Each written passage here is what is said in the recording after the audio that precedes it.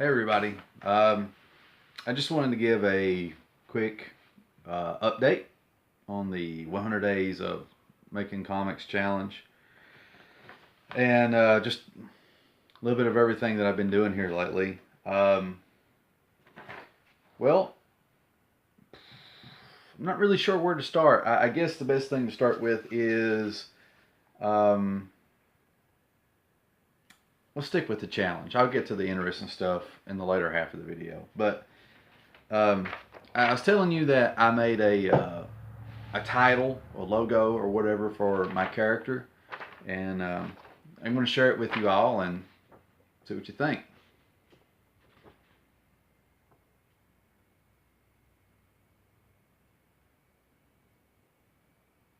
Okay. Now, when I hold it up to the camera, it's showing up backwards, but I'm really hoping that when this film it gets edited, it'll flip it around somehow. I don't know, whatever. But just in case, maybe you can see it through the paper. It doesn't look as cool turned around backwards, but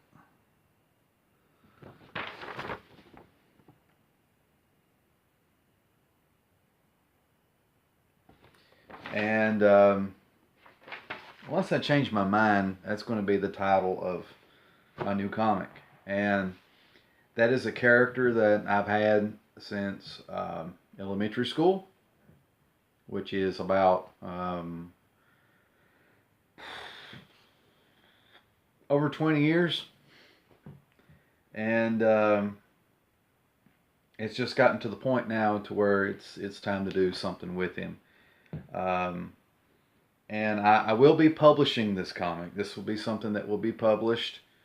It'll probably be self-published, and I'm just going to keep churning out issues of this. This is what I'm going to do. How consistently, I don't know. Because you got life and everything. That's going on. If you can tell by the bags of my eyes, I have many late nights with my son. And also, at some point, it's going to be job time. Time to get that job, that day job, which is coming very soon. Um, hmm. But the title that I did, I'm really happy with the way it turned out. I don't know if you all like it or not. I guess really that's what really matters. I could be happy with it, but public consumption is the main thing because we're talking about commercial art at the end of the day. That's what comic books are. They're commercial art. It's art that's supposed to be sold to the masses, and if the masses don't buy it, then it's just art. So I want to make commercial art, but I also want to enjoy what I make, along with the masses, if that makes sense. Um, Let me lower this. There we go. Um, so I like the way it looks. I think it looks pretty cool. I haven't did any more drawing on the pages as of yet. I had a chance to review the critiques by Mr. Armour, and they're really good and really helpful. And the biggest takeaway that I got from it is on the. Give me 1 second. I know this isn't really professional just to be digging stuff out at the last moment, but that's just how I roll. Um, Dang it. I don't know if it's going to show up good. You see that panel right there? The big empty one? There's supposed to be some bad guys standing over top of a girl who's, falling. And I was having trouble drawing her in perspective. And I think, seeing the concept that Mr. Armour threw out there was really helpful for me to visualize what I need to do. Now, actually making that happen on my end is going to be a different story. But I think I can do it. I'm certainly should be able to do it. And if I can't, well, what am I doing drawing comics, right? Uh,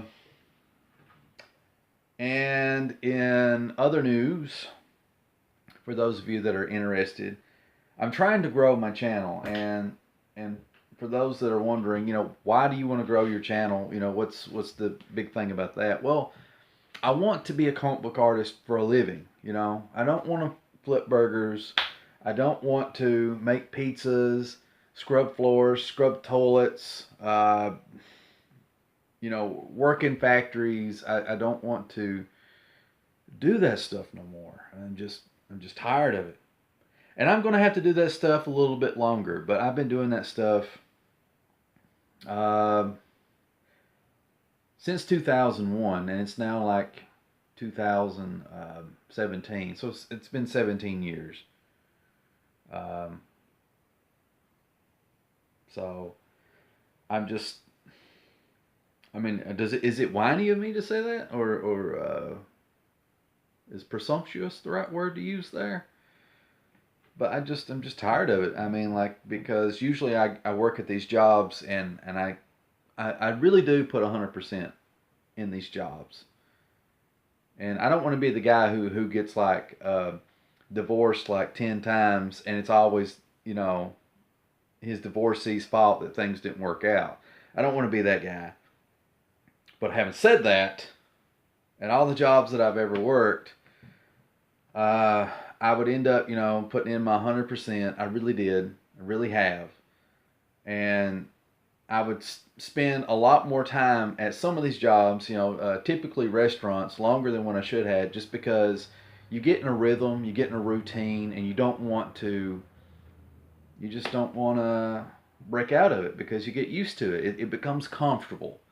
You know what to expect. You go into work, you just do these things, bam, bam, bam, bam, and then you clock out and you go home. As long as you do those things, you clock out and you get to go home.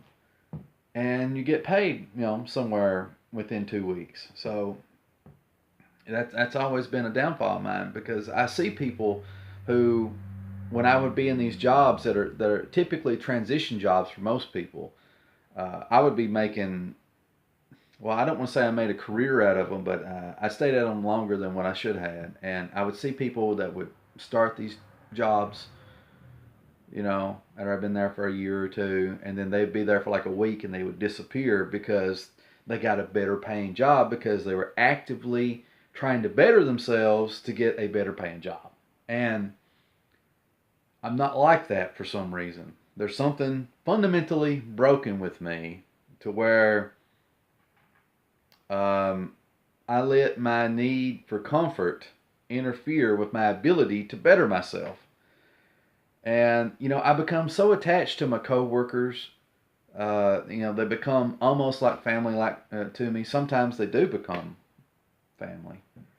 And then there's like a sense of loyalty. I never call in sick, and I get called in, to work people's shifts for who do call in sick so that they can go enjoy the Super Bowl or do whatever it is that they want to do in the weekend. I'm that guy that gets called in for that, and I don't mean to make this video into sour grapes, but I'm just saying, after it's all said and done, and I stay at these jobs longer than what I should have, I spend like usually 3 to 5 years, 3 to 5 years at these jobs.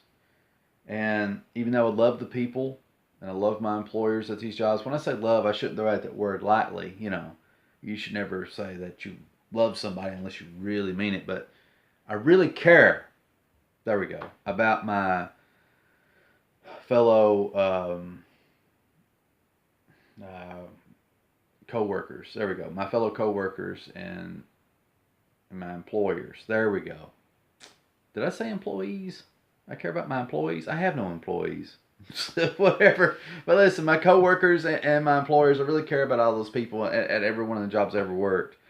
And it just it clouds my judgment about bettering myself and allow myself to get into these ruts where after 3 to 5 years I get so down. I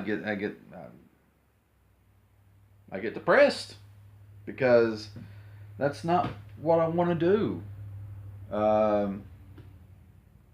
for for a living. That's not what I feel like I'm put on this earth for, you know, but it's what I've been doing.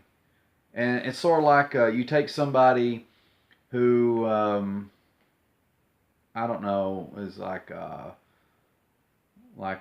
boxer, you know, like the fictional character Rocky. You take Rocky, for example, and then you tell him to um, be a guy who flips burgers at McDonald's, you know, and all he can think about every single day is boxing. That's all he can think about. And then when he goes home, you know, he trains. He goes and trains some more. You know, he eats his eggs raw and all this other stuff, and has dreams, aspirations to the big time. But the bulk of his life is spent at McDonald's, 8 hours a day. And after those hours are spent, he only has so many hours of daylight left before he has to go back to bed again and start the whole thing over again. And I'm not saying I'm Rocky, because I'm not. But, you know, this here is the stuff that I want to do. You know, I mean, you know, this is what I want to do for a living. This is what I want to get, you know, paid to do. And I don't mean to be a drag. But, you know, the reason that I don't do that for a living, it's not McDonald's, Burger King, Little Caesars, Walmart, you know, so forth and so on, etc., etc. It's none of their faults. It's not. It's mine. It's my fault that I'm not doing that for a living, you know, because in some cases I didn't try hard enough, and in other cases I just wasn't smart about it. You know, you got to be smart, and I'm a guy who is book smart, but I lack in the common sense department. But anyway, I don't want you all to be bummed out by this video, and I don't want nobody to, you know, think this is a woe is me thing. But this is kind of an update where I'm at mentally, and as well as, you know, workload, what all I got going on. So why did I go through that whole big mess that I just talked about? It's because I want to grow my channel. There we go. I brought it back home, didn't I? I want to grow my channel so I can be a comic book artist for a living. Because the more people that see my stuff and see what I do, maybe a few of those people might, you know, want me to do commissions in the future for them, you know, if they really like my art, you know. And maybe a few of those people, when I get done with my comic and get a couple issues in the bag and start publishing them, maybe they'll start buying this bad boy, you know. So anyway, in an effort to grow my channel, I'm trying to branch out and do, you know, a couple of different things, like because, you know, I have a lot of varied interests. Like anything that's creative, I'm really into it. I mean, you just name it, that's me. I play music. I like to write.